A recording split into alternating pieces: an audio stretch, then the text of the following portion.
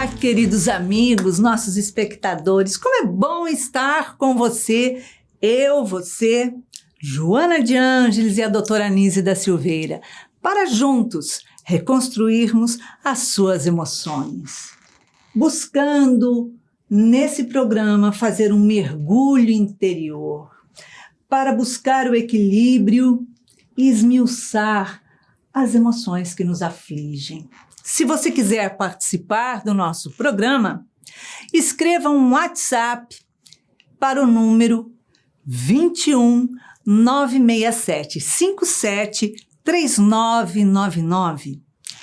Escreva a sua história, nos conte as suas emoções em conflitos, as suas dificuldades e juntos estaremos então reconstruindo as suas emoções, quem sabe no próximo programa, sábado às 19 horas, na TV Mundo Maior, programa Reconstruindo Emoções. Até lá! E hoje nós trouxemos uma convidada especial, uma convidada querida, para nos juntarmos na análise da história que hoje iremos contar aqui. É Tatiana Martins, ela é terapeuta e vem bater um papo conosco. Tudo bem, Tatiana? Tudo Seja bom. Bem-vinda ao Reconstruindo Emoções. Eu que agradeço. Vamos lá, né? Vamos mais uma história. Vamos ver o que nos trazem. Hoje nós vamos contar a história de Saulo Ferreira. Ele diz que mora em São Paulo, capital. Ele é separado, tem 2 filhos, um casal, 15 e 19 anos, e que passa por uma situação muito difícil. Ele diz assim que a vida dele parou completamente, porque a esposa pegou os filhos e foi embora de casa, dizendo assim que ele não trabalhava porque não queria, não fazia nada porque não tinha vontade, ele não saía porque também não queria, e passava várias situações onde ela contestava as atitudes dele. Pois é, ele diz assim que ele se fechou dentro de casa porque ele não quer passar o que ele já passou novamente. Muito doloroso. Ele diz assim que tudo começou quando ele voltou de um jantar de família e aí ele foi dormir e lá ele não conseguia dormir, deitado na sua cama, tentando dormir, pegar no sono, e ele não conseguia.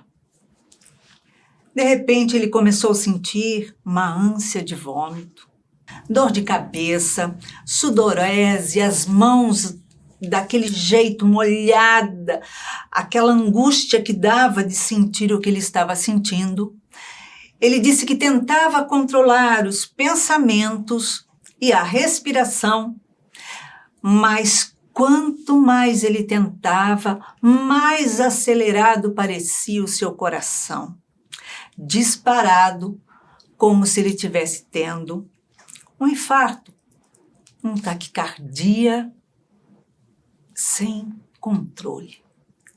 E ele diz assim, ele começou a ligar para a SAMU sem parar, porque ele não queria acordar a esposa, incomodar a esposa para ajudá-lo, para que ela não se irritasse ainda mais. Diz ele que aquele jantar foi horrível, porque todos ficavam provocando um ao outro, alfinetando um ao outro. Era muito constrangedor, principalmente quando os irmãos dela se referiam a ele, dizendo assim que preferiam que ela tivesse se casado com o namorado anterior, porque ele era muito bem-sucedido. E, afinal de contas, o Saulo ainda dependia da ajuda dos seus pais. E ele disse que aquilo foi muito ruim. E ela sempre ficava do lado dos irmãos. Imagina a situação. Ele diz que quando ele chega ao hospital, mais uma vez, achando que estava infartando. Mas no mesmo momento ele dizia assim: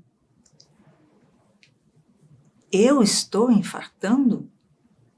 Será? Mas dá que dessa vez é, porque as outras vezes não infartou. Mas aquela vez, de repente, poderia ser. Como é que ele poderia deixar de ir ao hospital?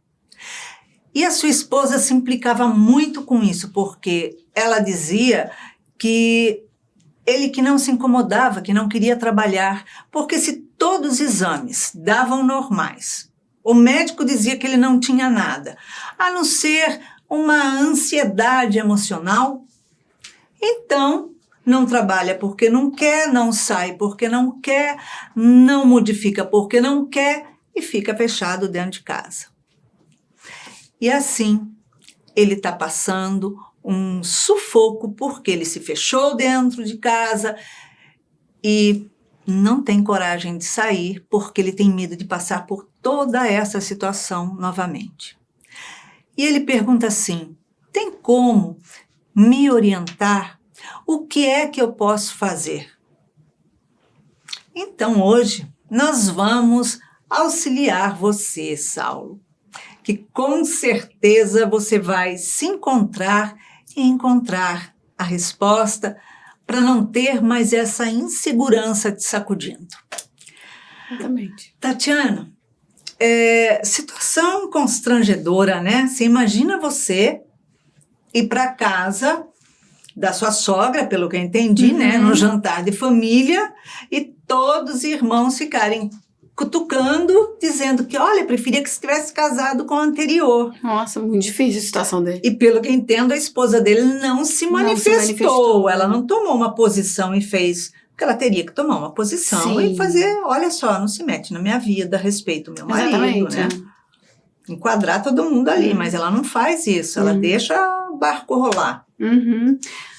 Ele tem uma insegurança muito grande devido a essas emoções também, né? Sim. Baixo autoestima. Exatamente. Parece que é um quadro que já acontecia entre ele e a esposa, né? Ela já devia estar no processo de repente, já é um relacionamento desgastado, né? Onde ela já não tinha admiração por ele apresentar esses quadros de instabilidade, de ficar mais em casa.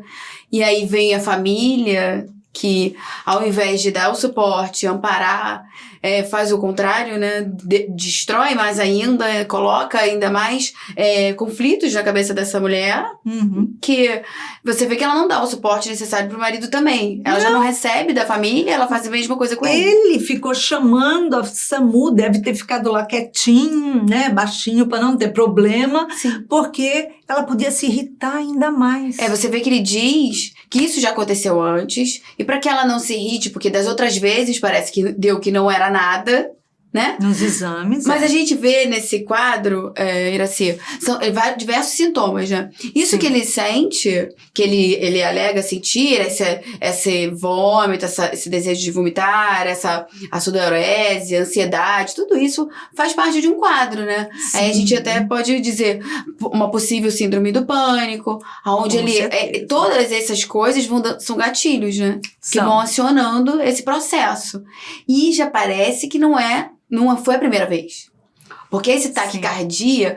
Ele já conhecia o que ele sentia, exatamente. Né? E parece que ele já foi, pelo que ele relata, ele já foi ao hospital, ele já passou por esse mesmo processo. Outras vezes ele já foi em busca de socorro, porque achou que ia morrer. Exatamente. Então, é um quadro conhecido dele, onde ele não conseguiu buscar uma ajuda que fosse eficaz. Exatamente, porque o que acontece? Se ele sente toda aquela sensação da taquicardia, a sudorese que não passa, que é uma instabilidade física ali, incômoda demais. Horrível, exatamente. E ele chega no hospital, porque a sensação é que dá de que agora eu vou de uma vez, né? É um ataque cardíaco. E aí faz exames, não dá nada. Por um lado, deixa ele mais fragilizado ainda. Sim. Porque inconscientemente ele deve falar, pelo menos se desse alguma coisa, Exatamente. eu ia falar, olha, eu tenho isso, é um problema de saúde. E você vê que o próprio médico não sabe diagnosticar ali. Exatamente, porque era o caso do médico falar pra ele, ele fala pra ele, isso é uma possível crise de ansiedade. Então o que você tem que fazer agora? Vai procurar um psiquiatra, vai procurar um psicólogo, você tem que entrar num processo de terapia, você precisa, porque e o que a gente vê muito ao invés disso, o médico passa um remedinho pra ansiedade, pra você poder dormir hoje, pra dormir. Porque não é da área dele. Exatamente, isso é muito perigoso, porque aí a pessoa começa a se medicar, não faz tratamento nenhum terapêutico, psicológico, nada. Quer dizer, não resolve. Não resolve o problema. Os sintomas vão ficar aparecendo. Toda hora ele vai estar tendo, quando for acionada essa situação, vai acontecer novamente. Você vê que agora ele está preso em casa. A mulher o abandonou, o deixou sozinho. Ele se encontra sozinho em casa com medo. Com medo o tempo inteiro. O que se pode sair, acontecer? Pode acontecer. E eu faço o quê? Eu morro no meio do caminho? Se eu ficar, pelo menos acho que eu telefono. Então, o você vê que ele vai medo entrando na depressão. Tomou conta dele. Exatamente. Né? Uma insegurança constante, porque ele fica tentando controlar o pensamento e a respiração. Ou você controla uma coisa ou outra. Exatamente. Se você procura controlar o seu pensamento, você não consegue fixar a sua mente na respiração, ter concentração, né? Num momento de crise, é impossível. Porque a mente tá... É acelerada. Ou você faz... Que aí a gente vem com Joana, que ela coloca muito bem a meditação, né? E aí tem várias técnicas, a gente vê em várias coisas hoje em dia. A própria doutora Anise traz ali várias formas. A Anise coloca no Reconstruindo Emoções técnicas para serem feitas. Porque não é só... Quando elas tocam nisso, né? Não é só meditação, não é aquele tipo de meditação, vou meditar para me acalmar. Não. Num momento de crise, é você estabelecer um momento de quê? Preciso focar na minha respiração, porque eu não estou controlando o pensamento. Meus pensamentos estão acelerados, então... E o pensamento, ele vai divergindo completamente para um lado oposto do que ele tem que fazer. Então, o pensamento não é isso que ele tem que controlar. Ele tem que parar e falar assim, não, eu vou observar a minha respiração. Tirar e vou respirar devagar, olha. Olha o ar entrando, agora o ar saindo. Exatamente. Então, conforme ele vai fazendo esse processo, ele esquece, ele não se foca no mal-estar, em todas as outras coisas, e muito menos no será. Exatamente. Será que pode acontecer isso, aquilo, aquilo outro? Porque nesse momento que a gente está com o pensamento acelerado, não são bons pensamentos que vêm. Só vêm pensamentos desequilibrados, pensamentos ansiosos, pensamentos de destruição, né? E aí, o que acontece? Se eu eu tenho que parar, eu aumento o fluxo.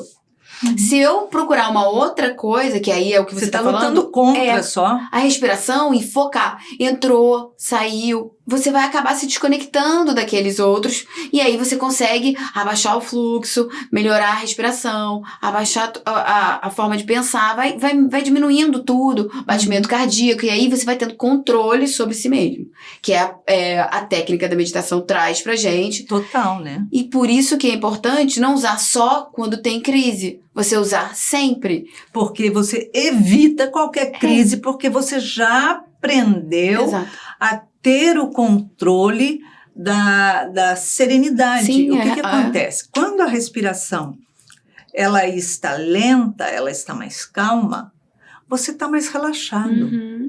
Quando você acelera a respiração, fluxo sanguíneo, batimento cardíaco, tudo, né? É uma adrenalina que você fica e o pensamento ele fica perdido. Sim. Porque ele fica somente observando cada lugar que é acionado um mal-estar. Ó, mais isso, mais aquilo. Exatamente. Em vez não, a própria mente está produzindo isso. Exatamente. Porque a gente não tem controle emocional. Gerenciar as nossas emoções, a gente não sabe. Então, quando vem um ataque assim, que ele foi atacado no jantar, em vez dele pegar aquilo ali e ver que não era dele, aliás, nem pegar pra ele, né, deixar pra aquelas pessoas que estavam, que já devem viver nesse tipo de pensamento, porque mesmo que eu achasse... Eu tinha dado uma resposta. Não é? Não, eu tinha dado. Você sabe o que eu falava? Eu falava assim, olha só, se ela escolheu a mim porque... eu tenho alguma coisa bem mais gostosa do que o outro, você não acha? Exatamente. Outra coisa, por que vocês não procuram um outro para ver se vocês conseguem vocês casarem com ele? Porque eu acho que é inverso, vocês deviam, né? Fica com ele. E ao invés de você fazer isso, da pessoa fazer assim, porque isso é autoestima. Eu faço o quê? Eu sei quem eu sou. Então o que você diz não me importa. Só que quando você não tem isso, você acolhe o que o outro diz. E aí você veste aquela carapuça. Pronto. Não é comigo.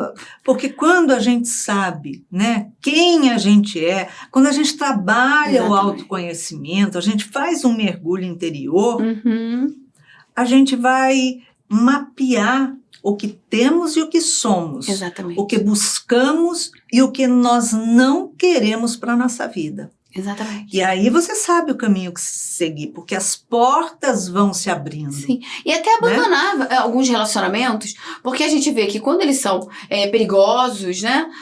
Nos ferem. Eu não preciso estar num jantar onde eu sei que tem pessoas que vão me magoar. Ah, é família. Mas quem é minha família? Né? Só porque é de sangue, porque Olha só, o corpo, ele morre. Exato. Acabou. Mas você continua. Exatamente. Então, o que é isso? Por que eu deixo que as pessoas façam isso comigo? Isso é desenvolver auto-amor também. É desenvolver autocompaixão. Eu não preciso disso. Não se dá limite e permitir que o outro invada o seu espaço. Exatamente. Então, é muito mais, o que o Saulo precisa? É muito mais um olhar para ele mesmo, começar a procurar por que ele deixa que os outros o afetem dessa maneira. Porque a síndrome do pânico, Iracy, ela é pontual. O que acontece com ela é que ela vai gerar depressão. A insatisfação aciona o medo. Né? E é muito perigoso isso. Que aciona Exatamente. A depressão. E a pessoa vai ficando arriada e cedendo à situação. E fica cada vez mais difícil sair, porque dificilmente ele vai encontrar alguém que fale, vai em busca de ajuda, vai em busca de um terapeuta. Porque como ele foi no hospital e alguém deu um remédio para ansiedade, ele acha que ele já está medicado. Mas não é por aí. Por que eu continuo sentindo isso? Porque você não está cuidando da única coisa que você precisa cuidar. Sim. Se ele faz os exames. Saulo, se você faz exame e dá tudo normal, você tem que refletir. Sim. E perguntar se todo o meu organismo está normal, então da onde é que vem esse mal-estar? Não é que você não sente, você sente. Mas da onde é que ele vem? Quando o corpo físico está pleno e eu estou sentindo mal-estar, dor, seja lá o que for, para onde é que eu vou? Eu vou para o emocional. O que no meu emocional está me trazendo desequilíbrio, insatisfação, insegurança, medo, irritabilidade, raiva? O quê?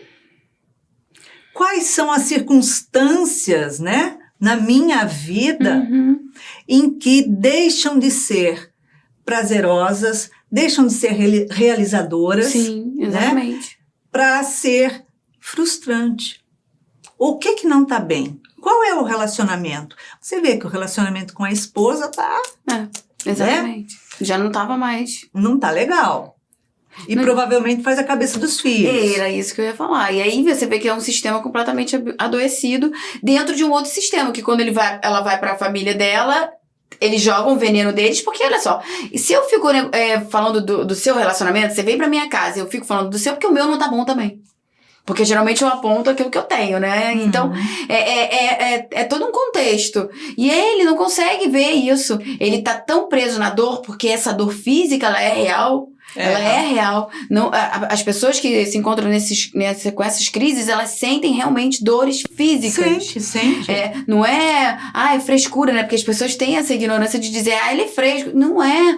A dor emocional, ela vem pro corpo físico e ela se transforma em dores, às vezes, assim, alucinantes, da pessoa não saber o que é. Foi comprovado, né, cientificamente. Exatamente. A doutora Nise diz assim, no livro dela, que quando uma pessoa sente uma dor emocional e uma dor física, dentro da ressonância magnética, já foi mapeado, já foi comprovado que onde você tem o local no seu cérebro que é acionado por uma dor física, você tem o mesmo local acionado quando é uma dor emocional.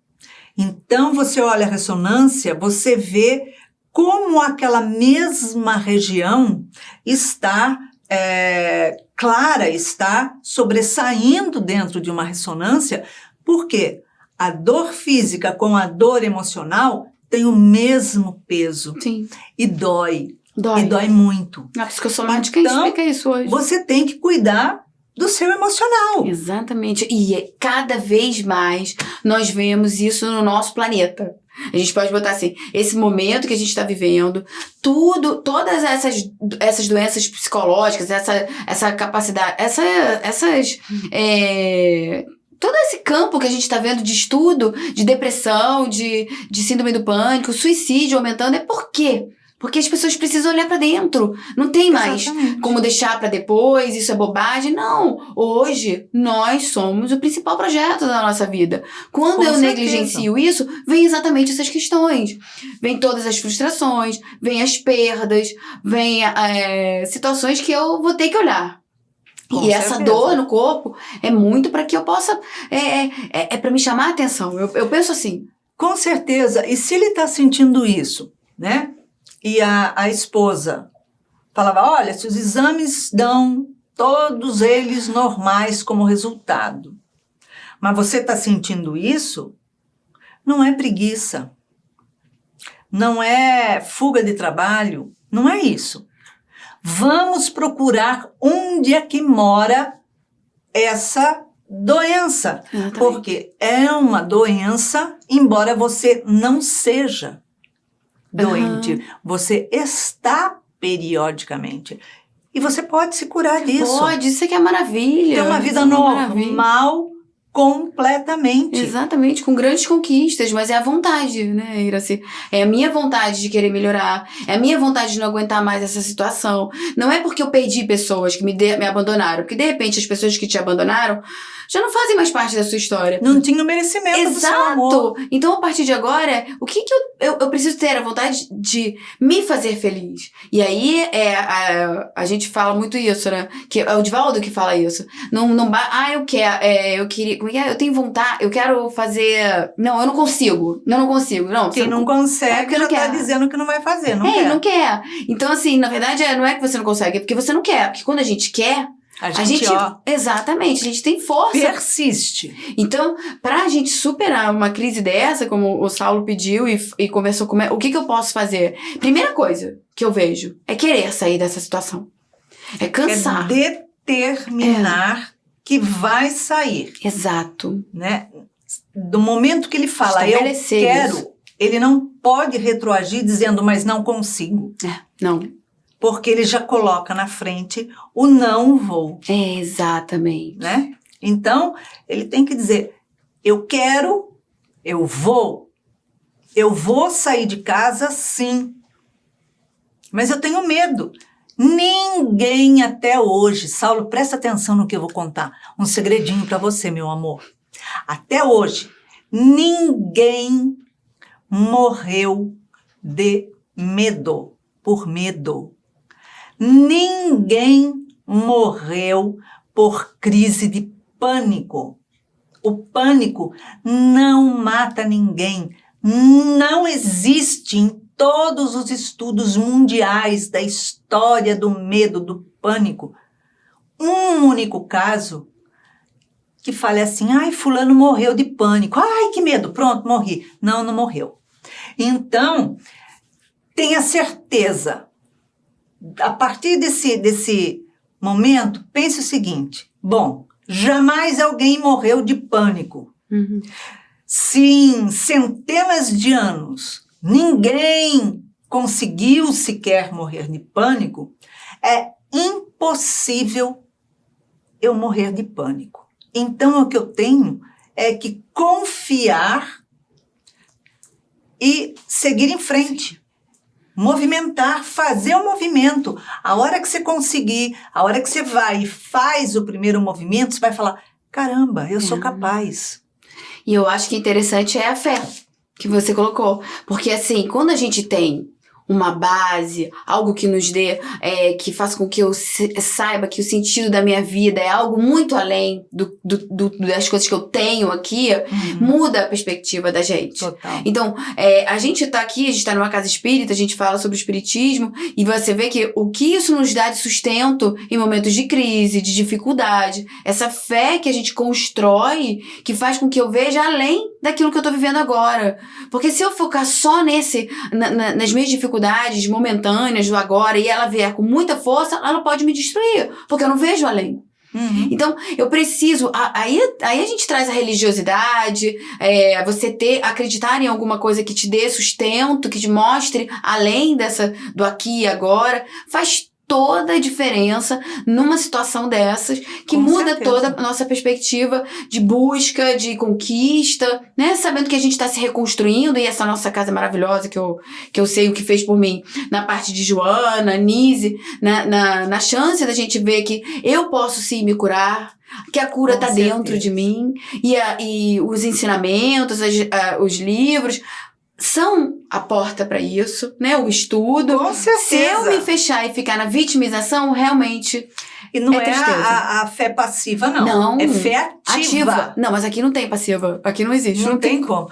Porque é muito fácil a gente falar, olha, eu tenho fé em Deus que Ele vai tirar isso de mim. Não, Ele não vai tirar isso de você. Lamento contar esse segredinho. Ele não vai tirar. Ele vai falar, filho, eu te dei todas as capacidades. Eu potencializei você para você reverter o quadro que você criou. Porque nós desenvolvemos doenças.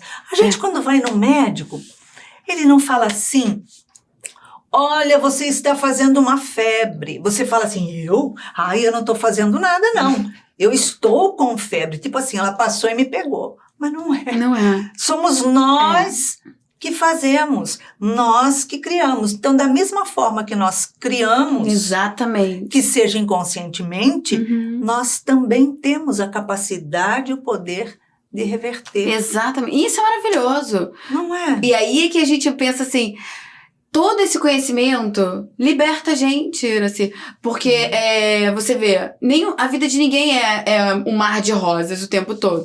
Tem desafio. Ia ser uma monotonia. Exatamente. Se não tivesse desafio. Não tem aquela frase, não se faz bons marinheiros em mar calmo. E é isso. A gente precisa o quê? O tempo todo a gente está sendo testado. E é pra quê? Deus está botando pra gente de brincadeira, o que ele...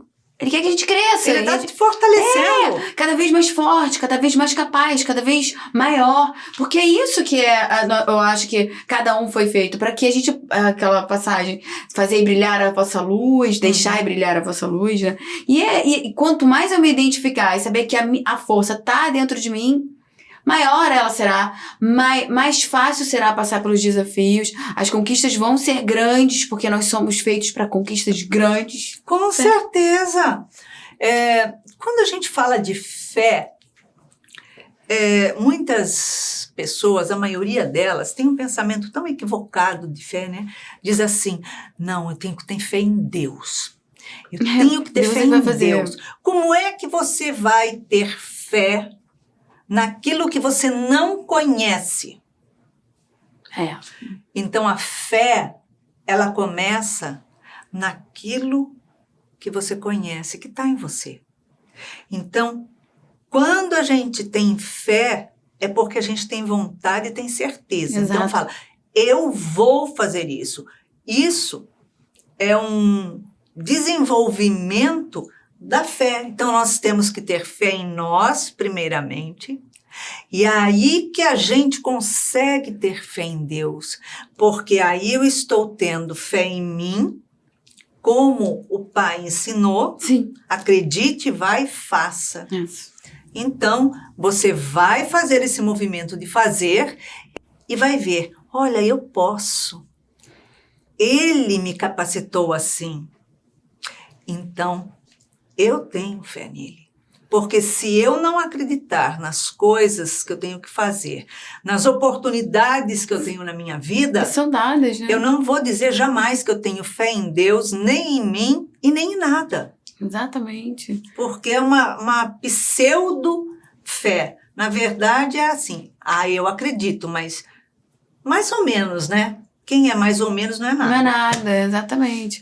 É você deixar aquela situação assim, o Cristo interno. O que é o Cristo interno? Que você realmente tem uma conexão com Jesus, com Deus, você sabe fazer esse momento, você entregou. Se você entrega, você confia. Mas o confiar é exatamente como você falou. Eu tenho que fazer a minha parte. Eu preciso crer, fazendo a minha parte, buscando um caminho melhor, me percebendo, que aí a gente entra com autodescobrimento, olhando pra mim cada vez mais, vendo aonde eu ainda preciso trabalhar, porque nós temos várias situações que são necessárias ainda, Sim. né, que nós somos ainda muito chamados, e aí que tá a parte que é onde eu tenho que soltar, né, os meus enganos, os meus vícios, de talvez... Que não me serve, eu deixo pra trás, não me importa. Exato. Isso traz, eu acho que aí que é a maturidade espiritual, é você alcançar e ir em busca dessa maturidade, você procurar realmente se olhar com mais amor. Não dá pra você deixar pessoas destruírem você. Não, essas pessoas que te destroem, elas são destruídas. Em realidade, somos nós que nos destruímos. Porque eu permito. Quando eu não dou limite, eu deixo ser invadida para fazerem o que quiserem de mim. Exato. Quando eu dou limite, então eu falo, olha só, primeiro eu cuido de mim. Porque eu só dou para o próximo aquilo que eu tenho. Se eu não dou limite, exato, eu sou absorvida completamente e não tenho nada para dar para ninguém. Estou sempre esgotada. Sim, isso é muito triste, né? Você vive na mão dos outros. Uhum. E aí qualquer um vai fazer o que quiser de você, porque você é a falta do auto-amor, porque eu não me amo. E aí o que disserem de mim, é verdade. É verdade. Nós não nascemos pra isso. Claro que não. Não nascemos pra ser vítima. A gente nasceu pra ser autor da própria história. E essa história é dolorida muitas vezes, é sofrida, mas também tem vitórias. Agora eu tenho que assumir esse posto.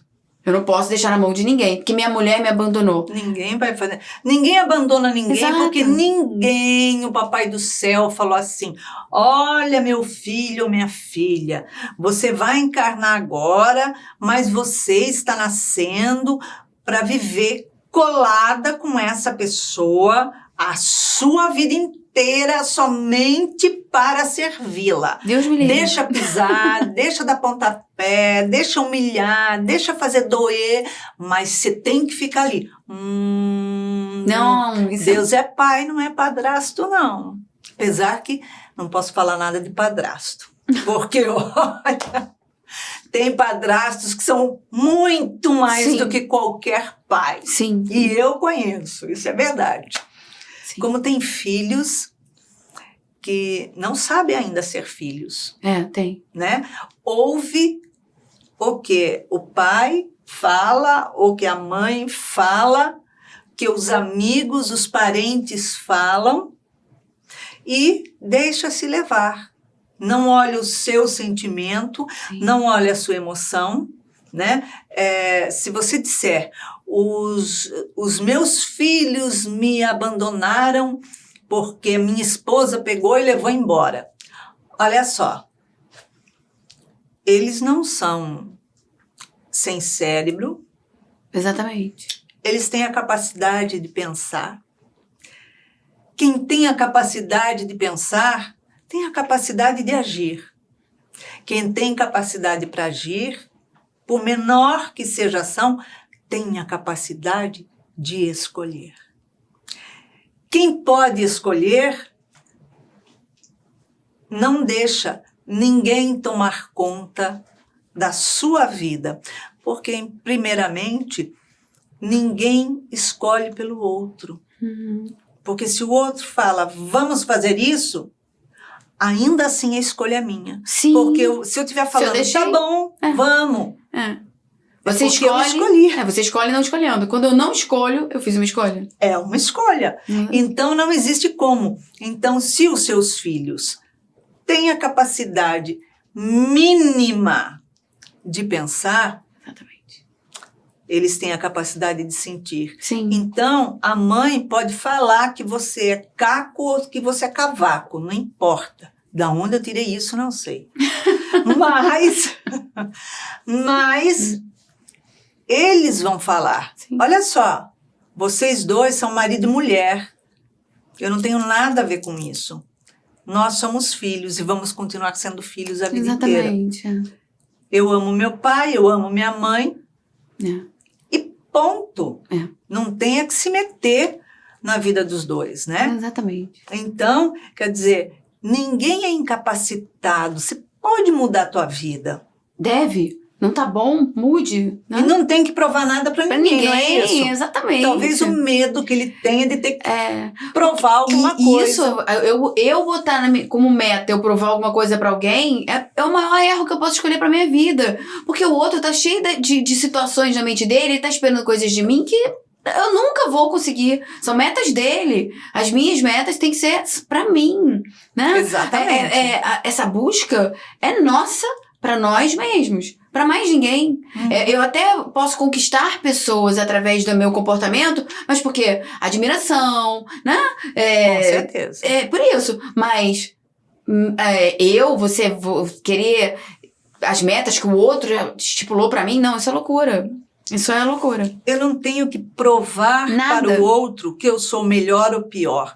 Porque o que o outro pensa de mim não me interessa. Não muda a minha vida. Ele pensa isso, paciência, problema dele. Isso não significa nada. Então, você ouvir os seus cunhados, né, dizerem, olha, preferia que a minha irmã tivesse casado com um namorado anterior. Isso é um problema deles. Isso não tem que interferir na sua vida. Vocês preferiam? E quem foi que perguntou? Eu não perguntei, não estou interessado. Guarde para você. Acabou. Né? O que o outro pensa de mim é um problema dele. Exatamente. Não tem que pensar nem bem, nem mal, nem nada. Nem nada. Não me importa. Imagina se Jesus ficasse preocupado com isso naquela época, o que pensavam dele, todo mundo. Não pode. Estava perdido. E a gente não tem que usar ele como exemplo, então olha pra ele, veja como ele pensava. E eu acho que isso é um tesouro, quando a gente começa a olhar pro mestre como um professor. Um mestre, exatamente. Aquele que eu tenho. Mestre o quê? É o que ensina. E é o que eu uso como meta, certo? Então você bota a criança lá no judô pra ele aprender. Aí o nome do professor é o quê? Mestre. Você quer que ele aprenda, que ele siga. Então, por que a gente não pega Jesus e usa como meta? Como assim, eu quero pensar, tudo bem, é difícil ainda pra mim. Muitas escolhas dele eu não consigo fazer. Mas vai trabalhando. Vai vendo o que é mais difícil. Uma de cada vez, né? Exatamente. Porque aí você vai transformando o que ele trouxe, as palavras, os ensinamentos, em ações. Exatamente. Né? Eu acho que é por aí. Eu penso assim, tem horas que eu não consigo, mas vamos lá. A gente vai realmente praticando e consegue vencer. Exato. Tatiana, em uma palavra, uma emoção, traduzindo para o nosso Saulo, suas emoções. Suas emoções, a dele? Não, eu vou dizer pro Saulo, paz, Saulo. Paz, procure manter serenidade dentro de você, vá em busca de si mesmo, mergulhe dentro de você, busque o seu amor próprio. O resto virá quando você achar esse amor dentro de você. É isso aí, é isso aí. Então, a nossa terapeuta te deu essa orientação. mergulha para dentro e não para fora mais. É isso aí. Tatiana, muito obrigada pela sua presença novamente no Reconstruindo Emoções. Eu que agradeço. Obrigada. Então é isso. Então, depois desses esclarecimentos todos, junto com a terapeuta Tatiana Martins, deu para fazer um mergulhinho já ali para dentro, para ver que não precisa continuar nadando no raso, não é? Então vamos ver agora o que é que a doutora Nísida Silveira tem a dizer a você.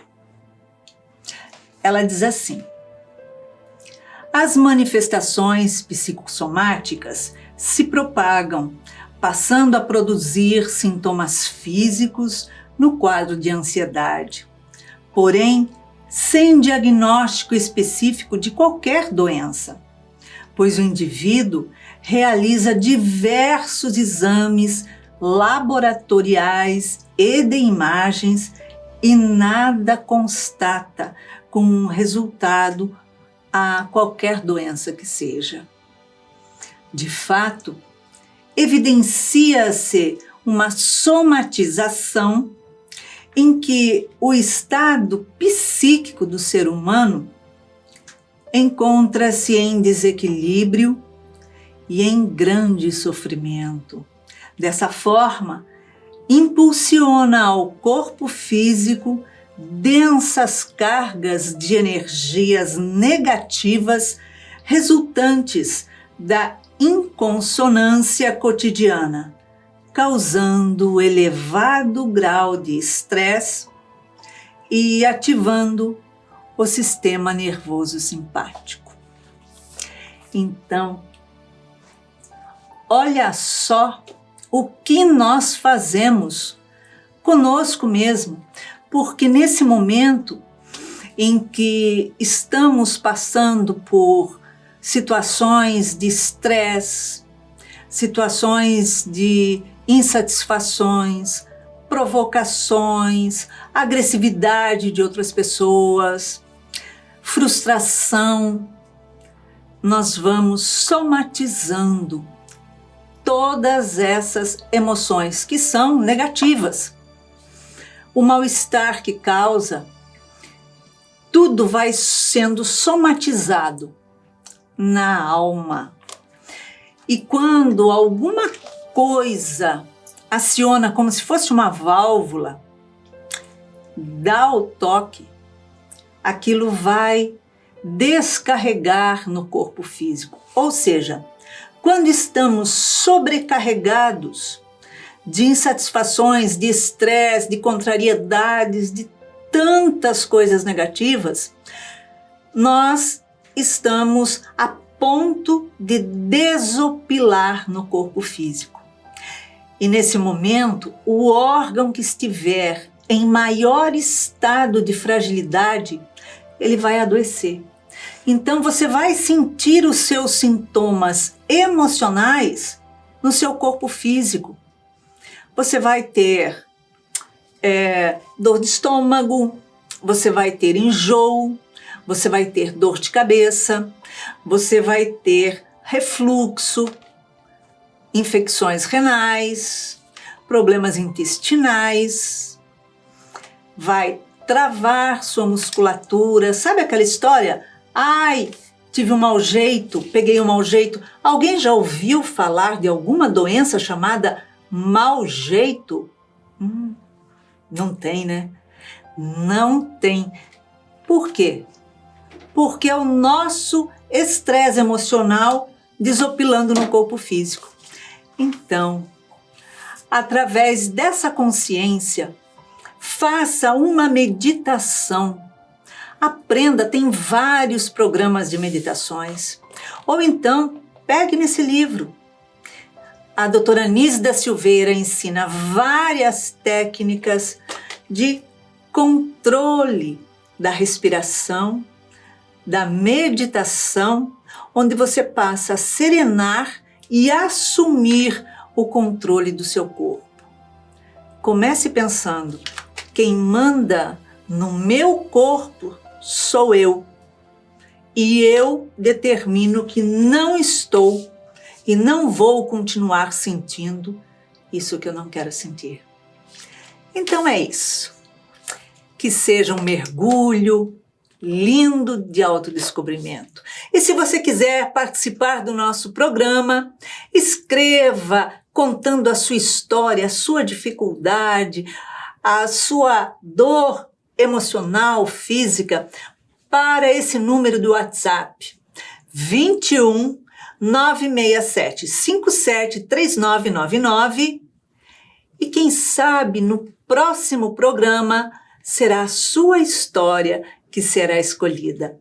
Então, TV Mundo Maior, programa Reconstruindo Emoções, às 19 horas no sábado. Beijinho cor-de-rosa para que você tenha uma semana de muito amor.